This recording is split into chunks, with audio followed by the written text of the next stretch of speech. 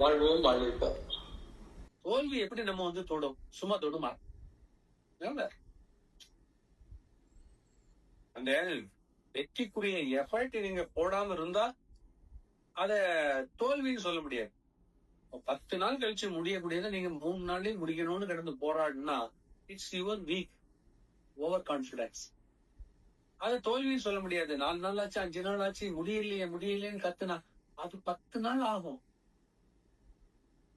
10 நாள். அப்ப அதுக்கு என்ன வேணும்? அந்த ஸ்டடிங் வேணும். இது 10 நாள் எப்படி எடுத்தாலும் இது 10 நாள் ஆகும். நம்ம ரொம்ப ஹார்ட் ஒர்க் பண்ணா கூட சரி 10 நாள் 9 நாள்னு ஆக்கலாம். ஏன் அவ்வளவு ஸ்ட்ரெயின் பண்ணணும்? 10 நாள் முடிந்த 10 நாள்லயே முடிப்போமே. இயல்பா பண்ணலாம்ல. அவ்வளவு ஸ்ட்ரெயின் பண்ண வேண்டாம், அவ்வளவு ஸ்ட்ரென்த்த கொடுக்க வேண்டாம், அவ்வளவு டென்ஷன் வேண்டாம். 10 நாள்ல முடிச்சா என்ன கெட்டு போகுது? யோசிச்சு பாருங்க. நிறைய இடங்கள்ல நம்ம தான் அந்த மாதிரி வரையறை வைத்துக் கொண்டு அவஸ்தைப்படுறோம். ஒரு வேலை செய்து கொடுக்கணும் சார், இது முடிக்கணும்னா இந்த வீடு முடிக்கணும்னா 6 மாசம் ஆகும் சார். நீ வெளியதான் இருக்கிற, இப்போ இடம் கிடக்குது, வெறும் காலி இடம், அது கெட்டி முடிக்க 6 மாசம் ஆகும். 6 விட்டுரு. இல்ல எனக்கு 4 மாசத்துலயே வேணும், 4 மாசத்துலயே போயிடணும். அவன் என்ன பண்ணுவான்? 4 மாசத்துல கட்டி தரேன்னு இறங்கிடுவான். சரியான பூச்சி இருக்காது, சரியான அந்த டேஸ்டிங் இருக்காது. தண்ணி விட்டு அதை காய விட்டு அதுக்கு பிறகுதான் அது போகணும். அந்த டியூரேஷன் எல்லாம் கேப் எல்லாம் கொடுக்கவே மாட்டான். கப்பம்ட்டு அப்புறம் வீட்டுல போய் குடியிருந்தோம்னா ஒரு வருஷத்துல வீடு கீரல் விழுக்கும். சில நேரம் அப்படியே சாய்ந்தும் விழுந்துடலாம். யார் காரணம்? 6 மாசத்துலயே வாழ்க்கை 6 மாசத்துல முடியக்கூடியதை 3 மாசத்துல முடிச்சு எங்க போற? இன்னும் அந்த இயல்பு நிலை நமக்கு தெரியவில்லை. நீங்க நல்லா ஞாபகம் வைக்கணும். லைஃப் கத்து கொடுத்த பாடங்கள் தவறு. நான் அதான் திரும்ப திரும்ப சொல்றேன். Education is not correct.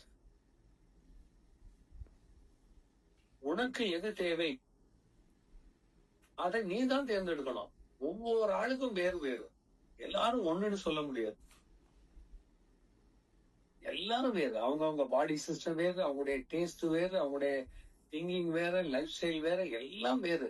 அப்ப அவங்க ஸ்டைலுக்கு அதை வாழ விடணும். நம்ம பொது லைஃப்ல போட்டு அவங்கள உள்ள போட்டுட்டு நீ இப்படி பண்ணு அப்படி பண்ணுங்கிற பொழுது அது வராது. கிளாஸ்ல இருக்கக்கூடிய அத்தனை பிள்ளைகளுமா 100 மார்க் எடுக்கும்.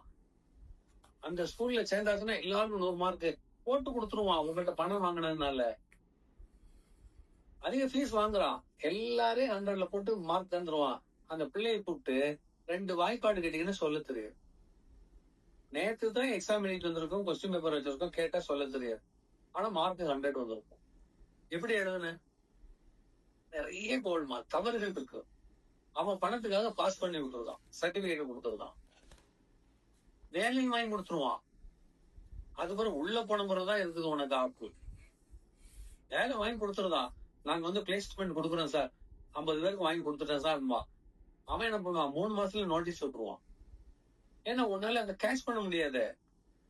அவன் கொடுக்கக்கூடிய ப்ரோக்ராம நீ ஃபைனலைஸ் பண்ண முடியாது. அந்த எக்ஸ்பீரியன்ஸ் இல்ல. அப்படிதான் இன்னைக்கு நம்ம லைஃப்ல நம்ம தோத்து போறதுக்கு காரணம், விரக்தி ஆகுறதுக்கு காரணம், அடுத்தவங்களை பார்த்து ஏங்குறதுக்கு காரணம் எல்லாமே என்னன்னா அடிப்படையான அறிவை நாம் தெரியவில்லை. அது இந்த ஊருக்கு அந்த ஊருக்கு இந்த மக்களுக்கு இல்ல, ஒட்டுமொத்த மனித குலத்திற்கு, உலகம் ஊரா இருக்க எல்லா நாட்டு மக்களுக்கும் உள்ள ஹியூமன் கேரக்டர். மனிதன் எடுத்தா ஆண் பெண் 2 பேரும் ஒண்ணுதான். எந்த நாடானால் வெள்ளையா இருந்தாலும் கருப்பா இருந்தாலும் அவங்க நீக்ரோக்கள், இவங்க புரோக்கர்கள், அதெல்லாம் இல்ல. மனித இனம், ஒட்டுமொத்தமான மனித இனத்திற்கு, உலகம் பூரா இருக்கிறவர்களுக்கு எல்லாருக்கும் சேர்த்தான். அப்ப அந்த அடிப்படை தன்மை என்ன நம்ம தெரிந்து கொள்வதுன்னா 2 விஷயம் ரொம்ப ரொம்ப முக்கியம். ஞான பயணத்தில் 2 விஷயம். ஒன்று, தன்னை தான் அறிதல், தன்னை தெரிந்து கொள்வது. 2வது, மற்றவர்களை உணர்ந்து கொள்வது. அதுவும் மஸ்ட்.